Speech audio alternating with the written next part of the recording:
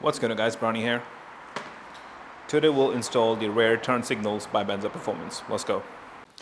Before we move on to the installation, I want to quickly go in the box contents, what's in the box, and then we'll go from there on. So you get your signals, of course. Then you got this Yamaha specific adapters. You can actually go back to my previous video as well that I did a long time ago on the same signal, the Yamaha adapters, but I probably would not need those because when I got the first set of signals, I already used those on my R1, so I'll probably just take the wires off and rehook the new signals. That should save us some time. So you got signals, the adapters, you got alcohol wipes, and Benza Performance card. Alright, so I'll quickly show you the signal, what it looks like. It's very similar to the previous version. Only difference, I believe these are a little bit bigger because they had to do the watertight housing and that increased the size a little bit, but that's okay. This is what it looks like from the front. You can see it's actually much more polished than the last version. I'll take out my older ones and I'll show you, I'll compare side by side just so you can see the difference. But yeah, it looks really nice. I can really tell it's a, definitely better quality. I'll take the housing off, all the back, the rear seat cowl and the side. I don't think I need to take the winglets off because I already have holes drilled under the wings, the small wings. And so if you're installing this for the first time, I would highly recommend you go back and see my first video. I'll link that in the description below. So that gives you the whole instruction on how to install if you're installing the signal for the first time. But yeah, I'll take all this off and I'll come back. I don't want to record, removing this is pretty basic. Everyone knows this. If you go R1, you probably know how to take the fairings off.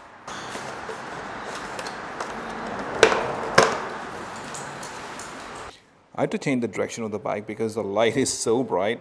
It's overexposing my videos.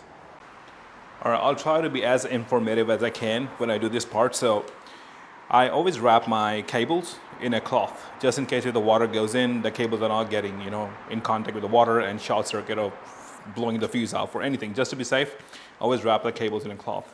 So, all right, there's just a lot of stuff going on. I'll try to explain you everything. So I have an integrated tail light, which has left and right panel signals, and I've got external signals on the left and right. Now I have a splitter, so left splitter is splitting the left side of the integrated tail light and the left external signal, and there's another splitter which does the same for the right side. So it's a right channel getting connected. It's pretty simple if you look at it, what's happening. So two splitters splitting left and right, simple as that. Now I need to remove the signals, this one, and I'll probably have to take this cable off. So I'll probably just unplug this. So if you see, give me a second, I gotta figure this out. Right, so, all right. So this is a plug. If you notice, that was in the box. It was just that plug in the front. So I'm just gonna unhook this. It's pretty simple, you just pulled it out. You have to be careful. There you go, so it came off just like that. And this one as well. You gotta pull straight and it should be okay. Don't be pretty brutal with this. There you go. So both the cables came out and that's adapter. So now I'm gonna just unhook the, so I'll just take this out of here. So I'll take this on the side and I'll do the same for the other side.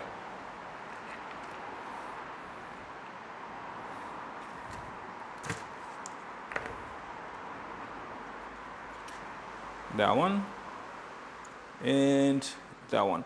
So if you notice on the adapter they have like a red marker. It tells you the red cable connects on this side. So there's a black and the red cable. So red cable connect to the red side.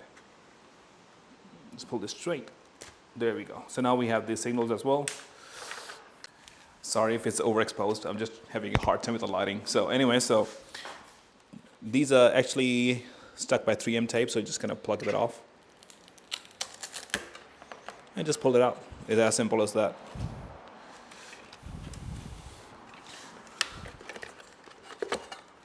There you go. So these are the old signals. So what I'll do is I'll show you the difference between the new and the old one. Might as well plug old and a new signal together and show you the difference between the flash rate and the brightness.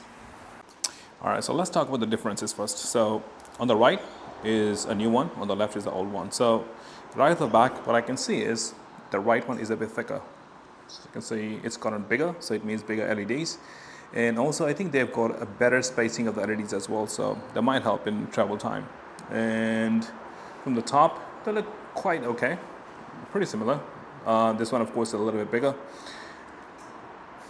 The tape has also changed. So previously you were using like a transparent sticky double-sided tape, but now it's like a 3M tape, I believe, much more stronger. But yeah, I think I'm more concerned, actually more curious about what it feels like when you fire them up. How different are these? Let's check that out. What I'll do is I'll put on these adapters back onto the signals, and then we'll start hooking up the cables. So this one goes here. And we need one more. This one goes here. I'll wipe it down with the icicle before I start plugging the signals in.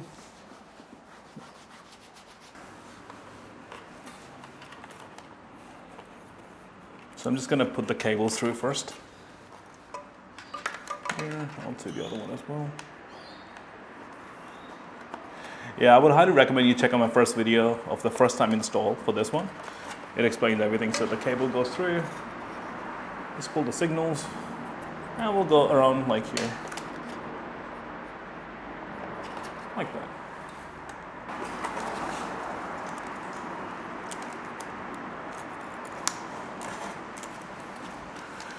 Let's put it there.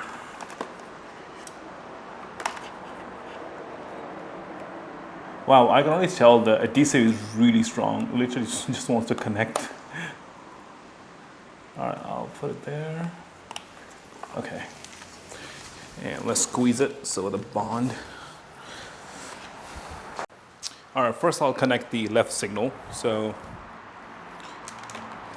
cables and the left signal. So the red, let me just make sure I'm framing it correctly. Okay.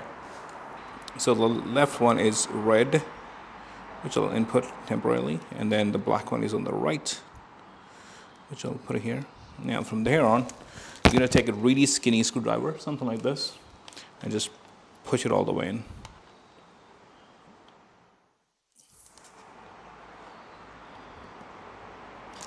And then same for this one.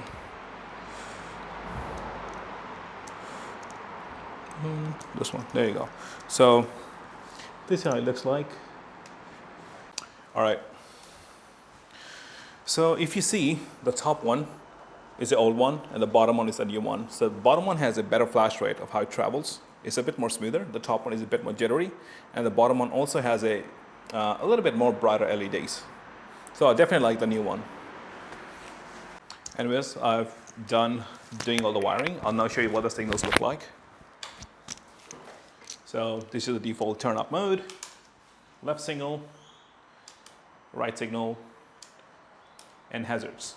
I think the overall signals look really good. The performance, the improvement is massive. You can see it. If you have the version 1, you'll see the difference. It's right off the back. You can see it's much bigger, brighter, smoother transfer rate, and the build quality is a bit better as well.